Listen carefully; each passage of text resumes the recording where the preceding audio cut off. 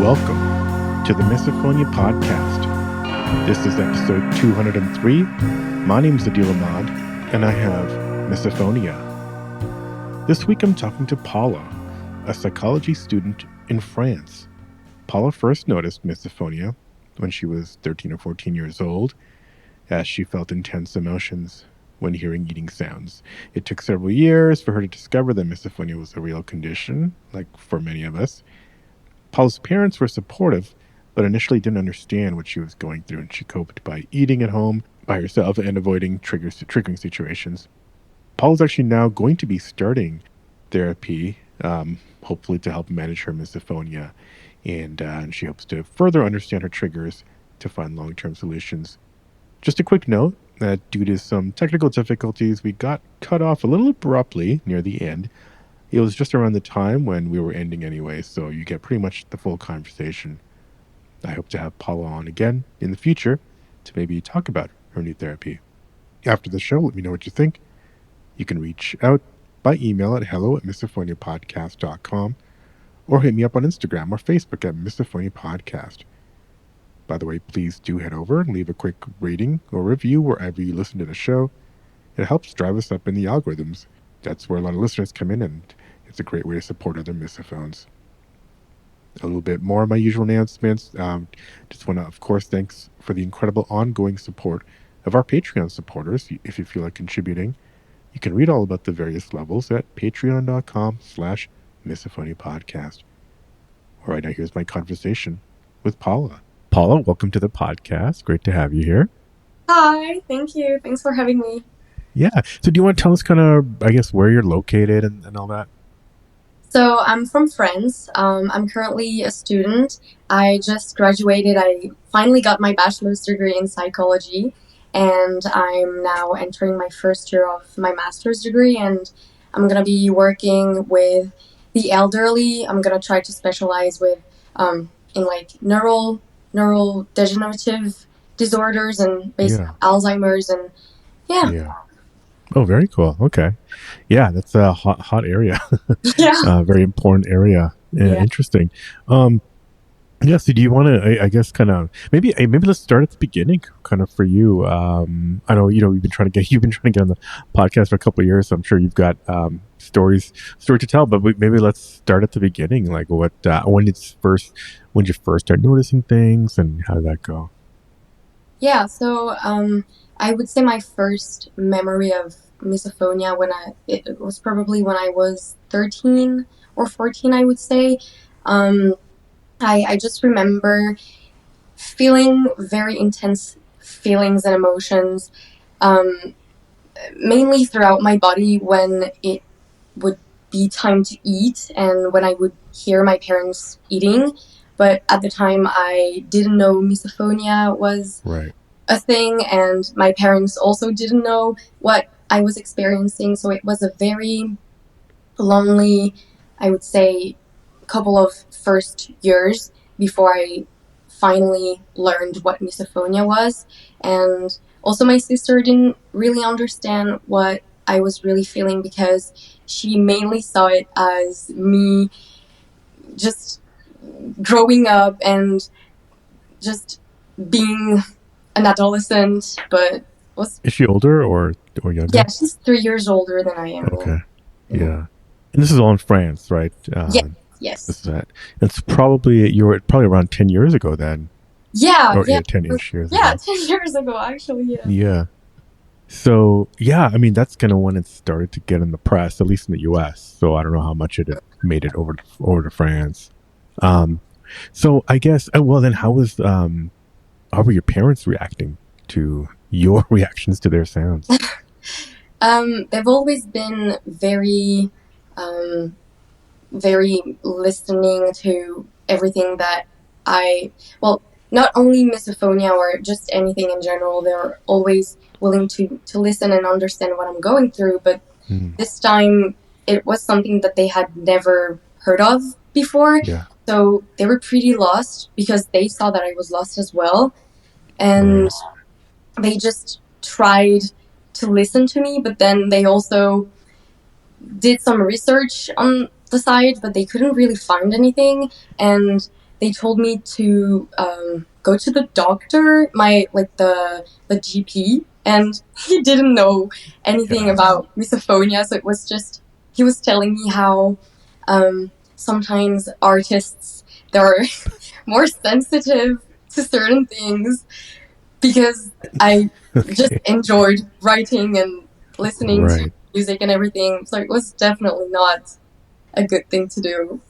Gotcha. He thought it was so. I mean, kind of interesting thing to say. But also, if you've heard the podcast, you know that there's a lot of us identify as highly sensitive people. Mm-hmm. The HSP abbreviation. But yeah, I mean, outside of misophonia, did you kind of feel that, like, in able to read the room extremely, extremely I don't know, extremely acutely? Like, did you have do you feel like kind of extra sensitive, feel exhausted, just kind of generally at the end of the day by overstimulation, things like that? Yeah, definitely feeling overstimulated, mainly at school, because I'm not sure how it works for other countries, but in France, when you are still in high school or in middle school, you get to eat with every other every other student, kind of like a cafeteria basically, and it's very loud, and there are just so many noise around, so many things going on. And I would just remember coming back home after spending the day at school and after spending lunch period with so many noises around me. I felt very overstimulated for sure. Yeah, was there around 13? I mean, or before that, was there anything, I don't know, unusual about the events in your life, or I mean, sounds like your family is very supportive. I'm just kind of wondering if there's anything going on around that time. No. I don't know. Yeah. Honestly, I've You asked probably thought about it. questions so many times. What could have triggered my misophonia or anything? But I can't pinpoint like a specific time. Really, no. And was it kind of like, obviously eating sounds on the table, very common. Was it kind of like almost overnight? Some people it's like overnight, but for other people, can't quite pinpoint it. Honestly, I've started having misophonia about 10 years ago. So kind of, well, the memories from that time, I don't really remember some of them. So I wouldn't really be able to say whether it happened overnight, but from what I can record, I would say it's really what happened, because I don't have any memories of it being progressive. I really just remember the first time it happened, it was so brutal, really. Yeah. And then other than the GP, where did you end up trying to, I don't know, see any therapist or any, I guess at some point you had to realize it had a name. Yes. How did that happen? It's actually a very funny story. So I was on Snapchat, and you know how on Snapchat there are those? I don't know, but yeah, please, that's why you need to explain to me. Well, when you go on Snapchat, you have those stories. You can have the stories from your friends, but also just from other medias, such as Vice, for example. And it was something like Vice, probably coming from, something like that. And it said something like, do you also get annoyed by mouth noises? And I was like, what is this? And I clicked on it, and I just kept on reading the whole description. And then they told that this thing was called misophonia. And I was like, wow, might be what I have. And it felt very relieving. And yeah, that's a very funny story. Yeah. That's the first time I'd heard of somebody, learning about it over Snapchat. So that must have been, I mean, when was it? Like, how long after you had misophonia? Do you remember, roughly? I think it was probably 2 years later, 2 years and a half, probably, yeah. And then at school, did you try to get some accommodations or talk to anybody, teachers or friends even? No, honestly, because at the time when I was still not in university, my misophonia was mainly triggered by mouth sounds. So what I would just do is eat at home with my parents or without them, and just watching the TV, knowing that I could really control the environment. And so at the time, yeah, things like clock ticking, snoring, it wasn't, those sounds weren't really annoying me that much, while they do now, but they did not in the past. Yeah. So no, I didn't really talk about it to anyone really. To anyone, yeah. So then it progressively got worse. It sounds like more triggers and visual triggers too. Not visual triggers, really. It's only sounds for me. And yeah, it in the last 2 or 3 years, I would say, it's expanded to more sounds, and it's just now in general any sound that is gonna be repetitive and that is gonna be, yeah, in the long run. And also there is something that has also changed in my misophonia. It's, you know how when you experience something for a certain amount of times, you kind of start to remember the situation you were in, and then you associate this situation with the bad reaction you had, like conditioning, right? Yeah. And now every time I'm just at my parents' kitchen table, I just start to feel anxiety. Even when no one's sitting there at all. Right. Yeah. It's not even only the sounds, it's the whole situation around it. Yeah. What do you mean by the whole situation? Just the dinner time, getting ready for, or just, when it comes to mouth noises, just being in a kitchen or being preparing to go out to eat with people and wondering, is it going to be a quiet environment? Am I going to be able to maybe go somewhere for a little bit to calm myself if the situation gets a bit too overwhelming? Yeah. Well, and so was dinner time like really quiet growing up? Like a lot of emphasis on manners and all that jazz? Not manners. Yeah. Me and my sister, we talked a lot at the kitchen table for sure, but we definitely didn't have music in the background or TV. It would only be me, my sister, and my parents. So there would be times when, sometimes you just eat and you don't talk. You're just tired at the end of the day. Right. It was mainly during those times that I could just hear everything. Right. Great. Okay, so yeah, so you didn't tell anybody for a while. I found out on Snapchat that you had this condition. I guess then what happened next? I guess you're approaching college and you're starting to, I don't know, make decisions about college. Well, first of all, maybe we could back up and just talk about what were your kind of coping methods at school and outside, hanging out with friends. The thing is, I don't have that many coping mechanisms aside from just having earplugs with me all the time in the bag, because you never know when you might have to use them, and just, always kind of planning ahead, depending on the situation I'm going to be in, planning ahead, what is there a plan B? Is there somewhere I can go, something I can do to make the situation a bit better? Just preparing in advance. Yeah.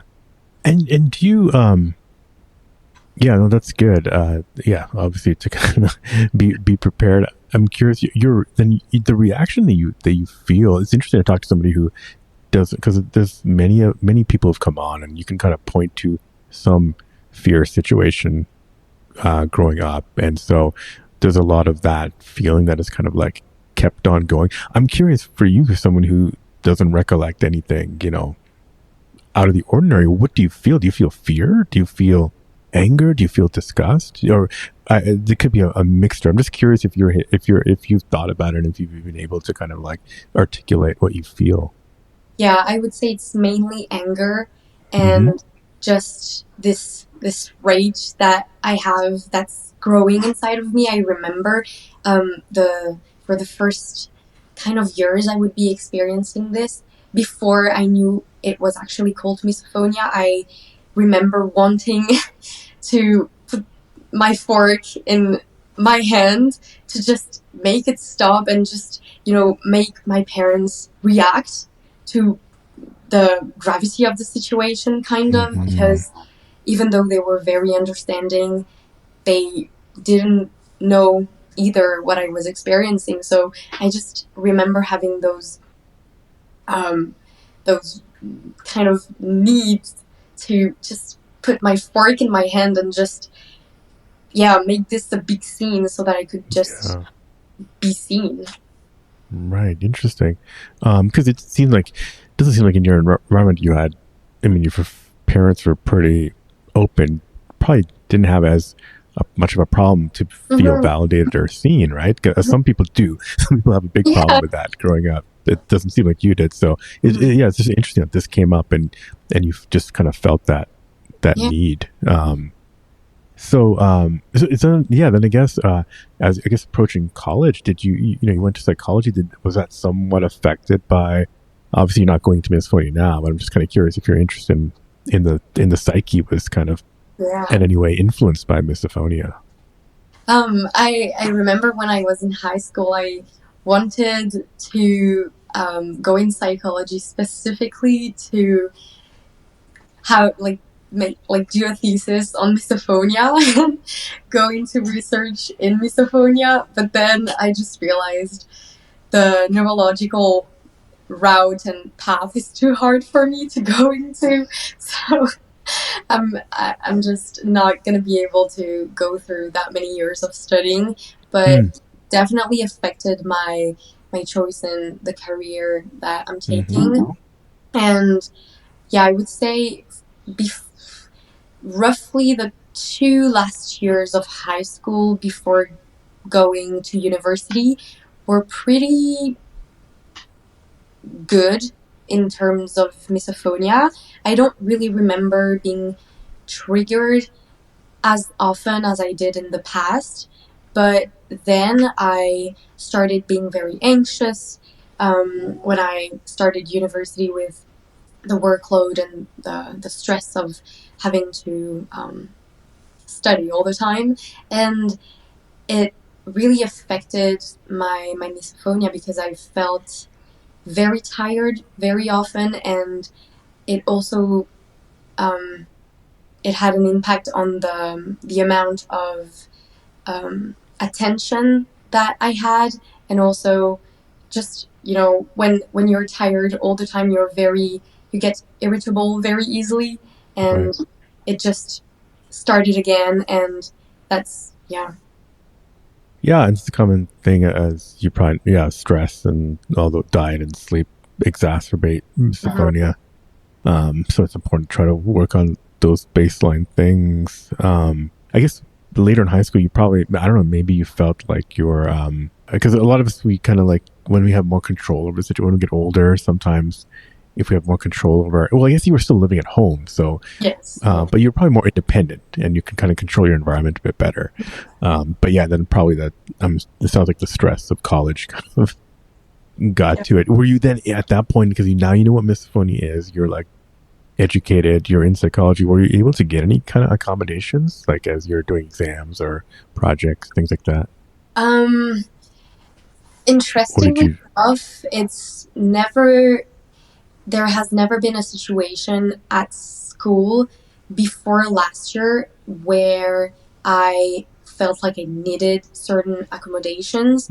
But then last year I started being very triggered by the clicks of the keyboard, which was not something that I was triggered in the past. And now I'm starting school next week, university next week again. So I'll see how that goes. But no, I've never had really felt the need for special accommodation. Yeah. And what about now friends at your college, like socially, like how does misophonia I don't know, play in? Do you tell people now?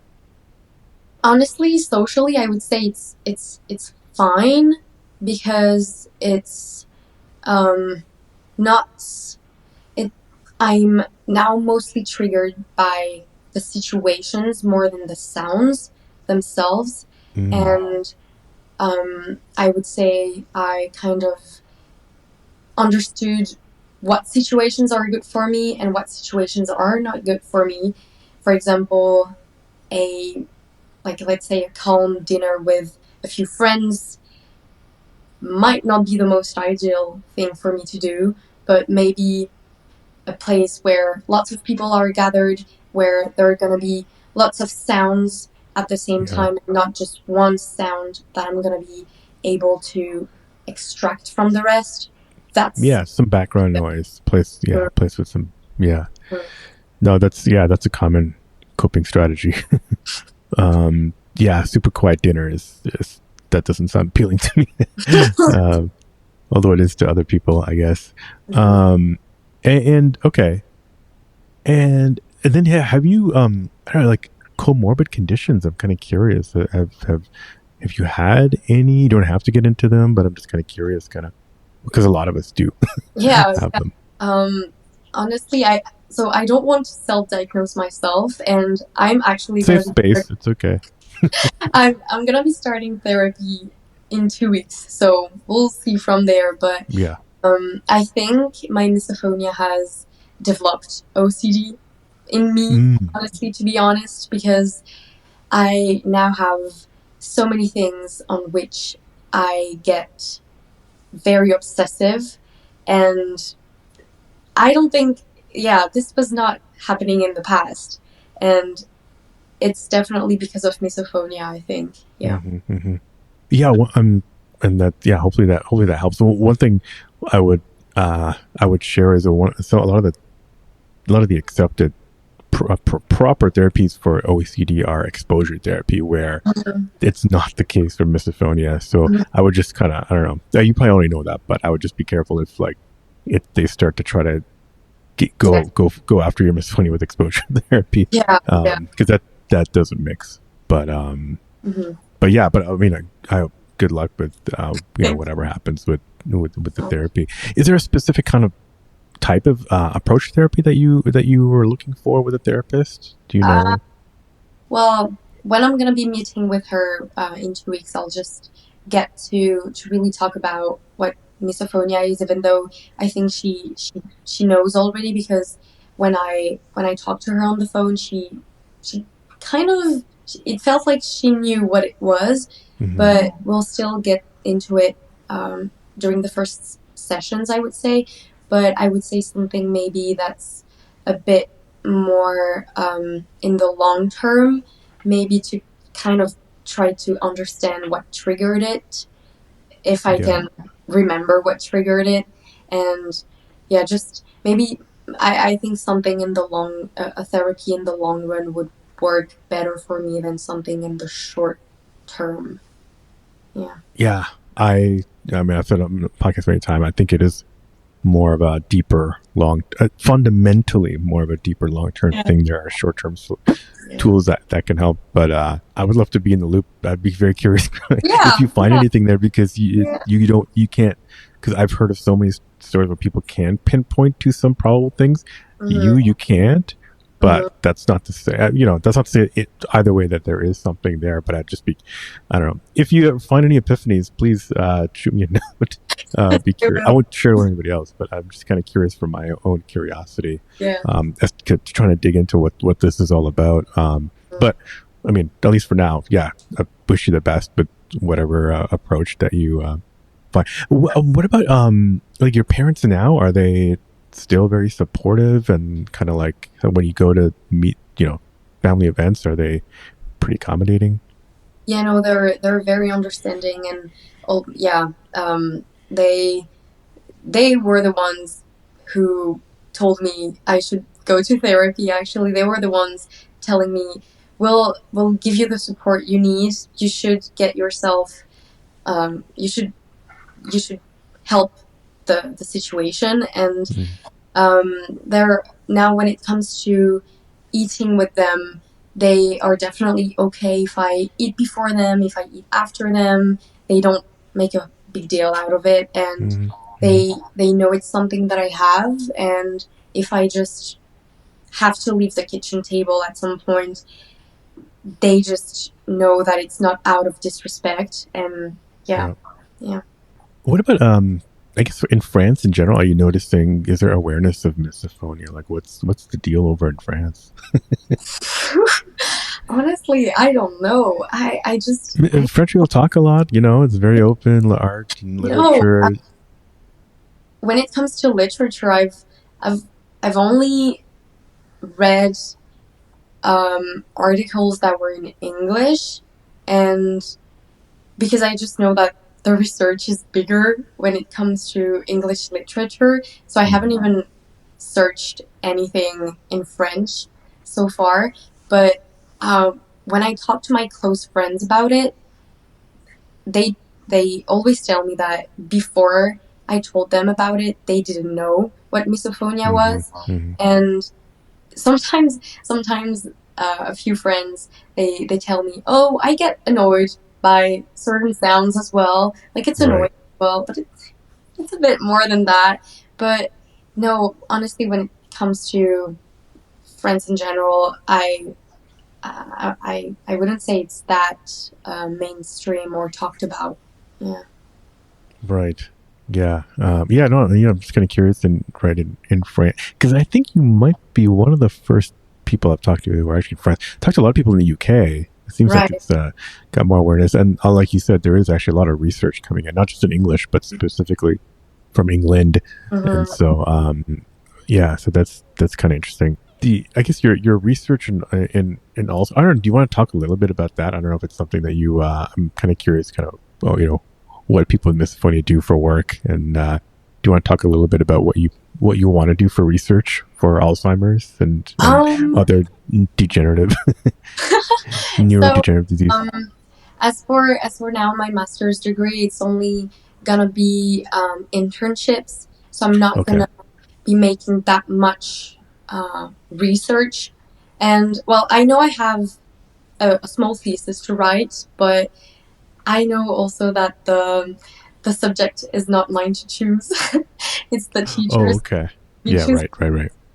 So far, I'm not sure what I'm gonna be writing about, but no, it's only mainly gonna be internships, and just in general, what I'm passionate about is trying to make the retirement homes a better place for the elderly to just be in. Yeah. Gotcha. Have you, I mean, I don't know, you might, have you met other people with misophonia? I guess is one thing I'm trying to. I have not. trying to say. You've not? No, I have not. No. Okay. No. I wonder if, that's interesting. I mean, because you're not you're not super young. You're not, but you've known people in France. It's interesting that you haven't come across anyone else who has misophonia. Well, hopefully, I know. Yeah, even if you're not doing research, hopefully you can. This episode, hopefully, I'll obviously tag you with the French flag. Hopefully, it'll kind of help raise some awareness about it. Yeah, interesting. So, like in terms of company, are you kind of like waiting for this therapist to to help you out, or like now that you read stuff and there is books and things, are there therapies or I don't know approaches that you want to try, things that you want to do? I guess what are your misophonia goals? As for now, I'm just putting all my hopes in this therapy, which I know it's not the best thing to do, because it's not gonna save me. I need to do it also on my own, but I'll see as for now how the therapy goes, and if I just feel like this is not something that's gonna work, I'll keep on reading things on my own, and maybe trying to meet people as well that have misophonia. Yeah. Well, yeah. When I post this episode, then I'll try to make an appeal to people in France to kind of get together and do a meetup. And I'll say obviously, don't pin your hopes on any one thing, but I like the fact that just if you I think it's always healthy, the exercise of trying to figure out where some part of you came from. That's Mhm. always a healthy exercise, I feel like. So, I mean, if you don't cure your misophonia, but just thinking about that and trying to dig into your past is not a bad thing. So if that's Yeah. if that's a benefit of misophonia, I think we should all kind of like grab that. Um, Yeah. so cool. Well, I mean, yeah. I mean, anything else that you want to share? Any like funny experiences of glaring at people or or bad Oh, reactions to you? well, bad reactions. I have a lot, but I feel What's like your kind of go to? Is it the glare or is it like a huffing and puffing on the Paris metro or how do you usually react to people? um, well, I just anytime I'm on public transport, I just put my music very loud and I just yeah. But no, I definitely it. I think one thing to end this podcast on one note is just if misophonia has given me one thing, it's that it's given me the opportunity to enjoy every sound that I'm able to hear. And um, oh, can you hear me? It says reconnecting again. Oh, ah, Yeah, I saw that a oh, little bit. Yeah, it just kind of keeps going back and forth. yeah. um, maybe I think it's this software. I've heard starting to give people problems. Is this the I first mean, time it's we can happening? always sounds like it might be okay now. Sounds like it might be Yeah, okay now. yeah. Yeah. Do you want to maybe just if I think of oh no, it's still saying reconnect. Okay, It's never not mind. saying. We Oh, can. I oh, mean, one thing we could do is we can always just kind of like have another short conversation before yes. this goes Yeah. live, like which won't be for another few weeks, anyways. Uh huh. And you know, no pressure to like get everything out right here. So Yeah. it's No. all Yeah. good. You can I definitely always edit all this stuff later. All right. Well, that's about where we got cut off. Thanks again, Paula, for the great conversation, and I wish you the best with your new therapy. If you like this episode, don't forget to leave a quick review or just hit the 5 stars wherever you listen to this podcast. You can hit me up by email at hello@misophoniapodcast.com or go to the website, misophoniapodcast.com.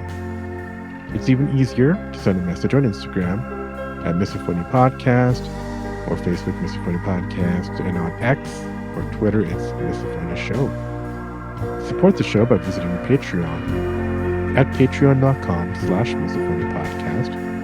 Theme music, as always, is by Moby. And until next week, wishing you peace and quiet.